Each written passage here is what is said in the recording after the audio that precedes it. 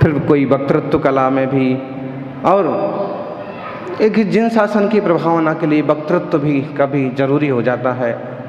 बाकी हम प्रायः कहते हैं कि वक्तृत्व पर ध्यान दें ना दें, लेकिन साधना पर ध्यान जरूर बना रहे, जिससे आत्मा की शुद्धि हो, निर्मलता बढ़े।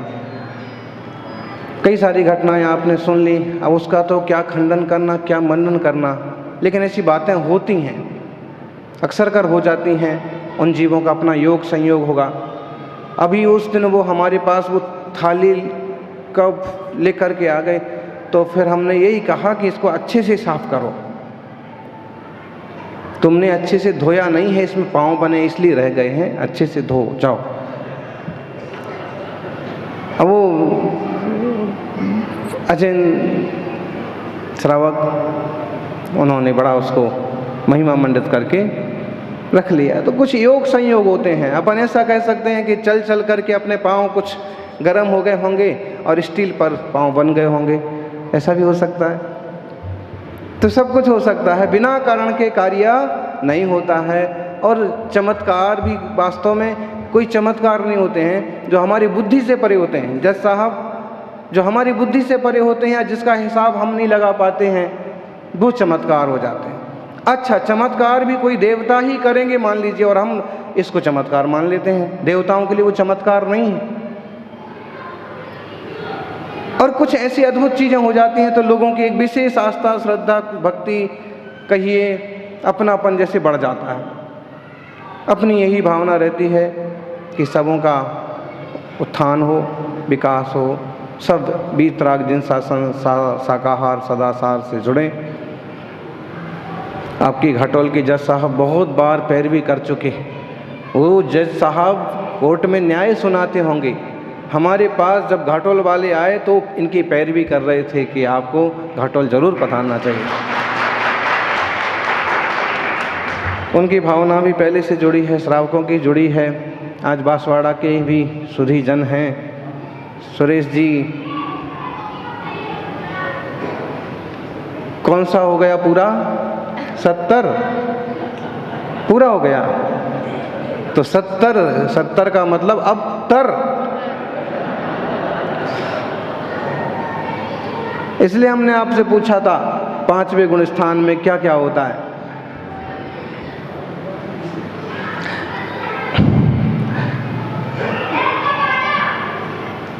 और वाणी का विलास कहो या जो भी चीज़ें कहो, ये तो सब साधारण चीज़ें हैं। पुरुषार्थ अपने को वैसा करना है जैसे सिद्ध भगवान बने हैं। इसी पर थोड़ी चर्चा करते हैं। ओम नमः सिद्धेभ्यः, ओम नमो जिनानम।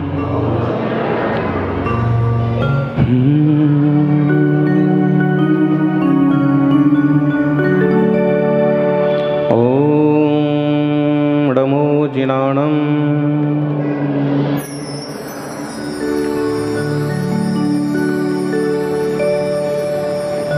मेरे मन मंदिर में आन पधारो महावीर भगवान।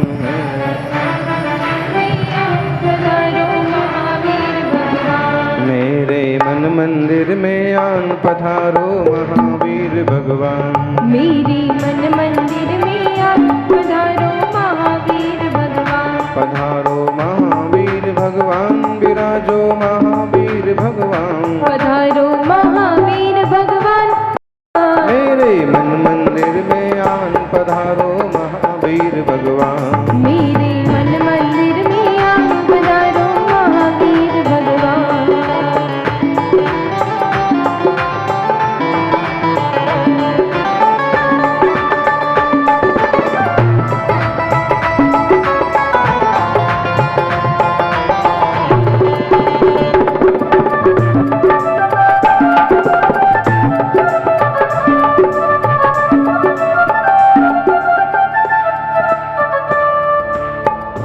तुम आनंद सरोवर, रूप तुम्हारा महामनोहर। प्रभु जी तुम आनंद सरोवर, रूप तुम्हारा महामनोहर। मनोहर। प्रभु जी तुम करुणा के सागर, प्रभु जी तुम करुणा के सागर, तुम ही हो प्रभु ज्ञान दिवाकर। प्रभु जी तुम करुणा के सागर, तुम ही हो प्रभु ज्ञान दिवाकर। हाँ हो जाए सबका कल्याण, पधारो महावीर भगवान। हो जाए सबका कल्याण, पधारो महावीर भगवान। मेरे मन मंदिर में आओ, पधारो महावीर भगवान। पधारो महावीर भगवान, विराजो महावीर भगवान, विराजो महावीर भगवान।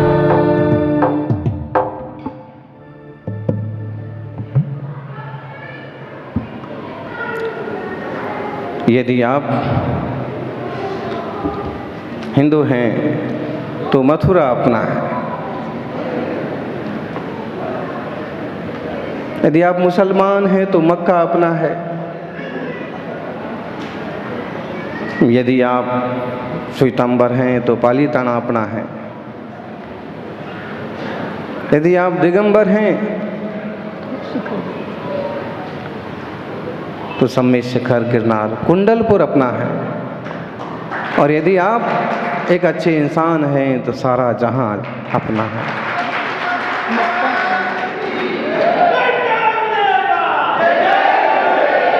बीतनागी नृग्रंथ दिगंबर मुनिराजों की ग्रंथियां ऐसी इतनी खुल जाती हैं कि वो नृग्रंथ कहलाते हैं, और उनकी नज़र में फिर अपना और पराया कोई नहीं होता। जैसे जैसे उनका ये अपने परायेपन का भेद मिटता जाता है, वैसे वैसे उनकी प्योरिटी बढ़ती जाती है, और वैसे उस प्योरिटी बढ़ते बढ़ते एक दिन परम प्योर सुप्रीम सोल सिद्ध भगवान हो जाते हैं। वाइट में वाइट ऐड करते जाएंगे, शुद्ध में शुद्ध जोड़ते जाएंगे तो शुद्धता बढ़ती जाएगी, और ब्लैक में ब्लैक ऐड करते जाएंगे, काले में काला जोड़ते जाएंगे तो बोलो ज्ञानी कालापन ही बढ़ता जाएगा। सौभाग्यशालियों, वाइट में वाइट ऐड करने का काम कर रहे हैं आप। मुनिराज भीतरागी नृग्रंथ शासन की प्रभावना करने वाले विराजित सभी आचार्य, आत्म तत्व के ज्ञाता भीतरागी मुनिजन वे तो कर ही रहे हैं वाइट को वाइट करने का। उनके सौभाग्य से उन्हें कुछ सफ़ेदी, कुछ निर्मलता प्राप्त हुई। माता पिता के संस्कार, गुरुजनों के संस्कार, फिर दीक्षा के संस्कार, वो तो निर्मल से निर्मल हो ही रहे हैं।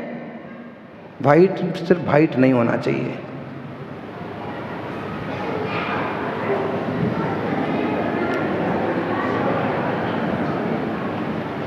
वो तो वाइट से वाइट हो ही रहे हैं, लेकिन उनकी संगति करने वाले ये भी वाइट से वाइट होते जा रहे हैं। थोड़ा सा 8 दिन का मौका मिला, कभी मुनिराज का चतुर्मास का सानिध्य मिला, और उसमें जो निर्मलता बढ़ाने का मंगलाचरण हुआ, यानी छोड़ना नहीं, जिन शासन की डोर कभी छोड़ना नहीं, क्योंकि शुद्ध होने का एक यही रास्ता। कोयला भी सफ़ेद हो सकता है, कैसे हो सकता है बोलो? जब इंसान के बाल काले से सफ़ेद हो सकते हैं, और काले से सफ़ेद होने में भले 30 साल लगें, 40 साल लगें, 50 साल लगें, लेकिन कोयला भी काले से सफ़ेद हो सकता है। कैसे हो सकता है?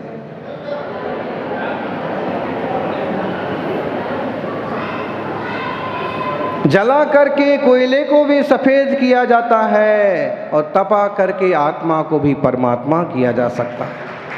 कालिक को धोया जा सकता है, खत्म किया जा सकता है।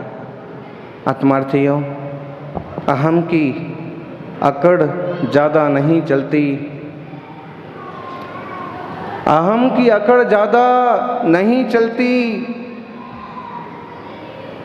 मौत की कभी घड़ी टाले नहीं टलती।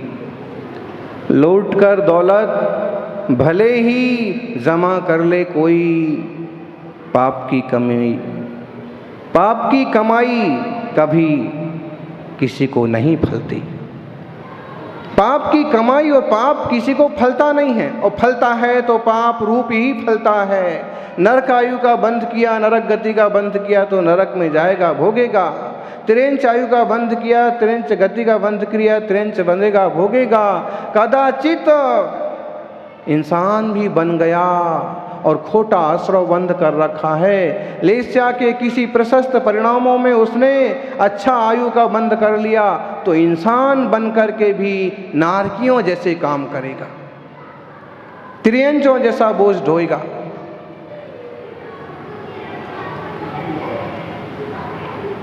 अपराध का फैसला भले जज साहब कर देंगे,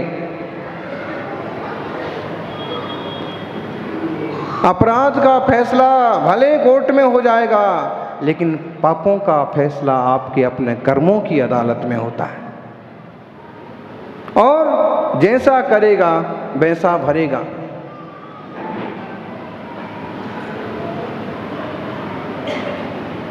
चूंकि बहुत लोगों की ऐसी भी मान्यता है कि भगवान फल देगा, और फिर उसका एक गीत भी बना है कि जैसा कर्म करेगा मानव वैसा फल देगा भगवान।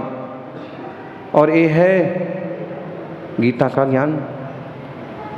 एक ऐसा गीत भी सुना। लेकिन महावीर स्वामी एक बात और कहते हैं कि जैसा करेगा कर्म वैसा फल मिलेगा। इसमें तुम भगवान को बीच में क्यों ऐड करते हो?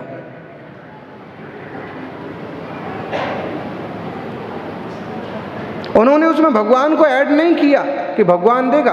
भगवान क्यों इस चीज का निर्णायक बनेगा कि तुमने पाप किया है तो तुम्हें हम फल देंगे और पाप का फल देंगे, तुमने पुण्य किया है तो हम तुम्हें पुण्य का फल देंगे। तो इस तरह के पचड़े में प्रभु क्यों पड़ेगा?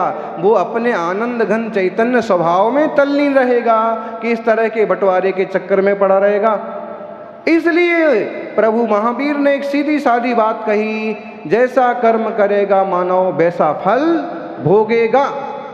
अगर तूने ही बीज बोया है आम का पौधा लगेगा, उसे कोई लगाने नहीं आएगा, उसे कोई दूसरा पानी देने नहीं आएगा, उसकी रखवाली भी तेरे को करना है, पानी भी तेरे को देना है, खाद भी तेरे को देना है। उस पर जब आम आएंगे तो फल भी तेरे को मिलेंगे।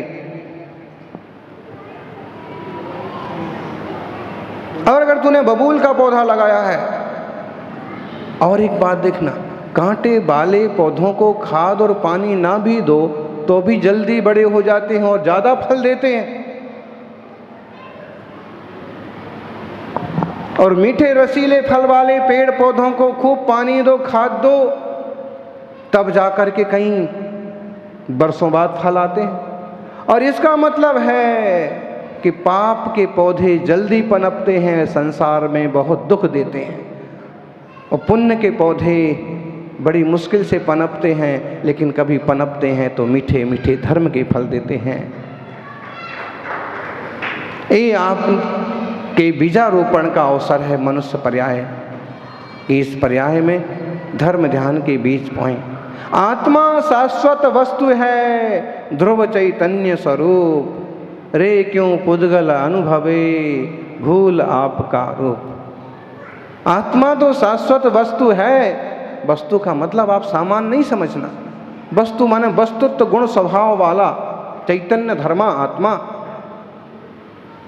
आत्मा शाश्वत वस्तु है, ध्रुव है। आत्मा अनात्मा नहीं होगा।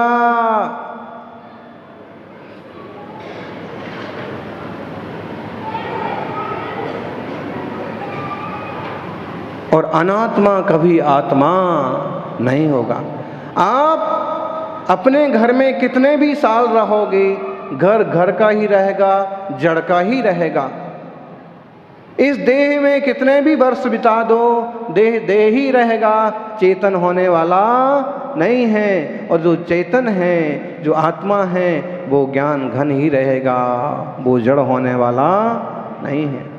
वो कौन सा दिन होगा जब जीव शरीर हो जाए और शरीर जीव हो जाए? जज साहब, ऐसा कब होगा कि आत्मा मिट्टी हो जाए और मिट्टी आत्मा हो जाए? ऐसा कभी नहीं होगा। क्योंकि जिसमें स्पर्श, रस, गंध, वर्ण आदि गुण पाए जाते हैं वो मैटर है, पुद्गल है, माटी है, पत्थर है।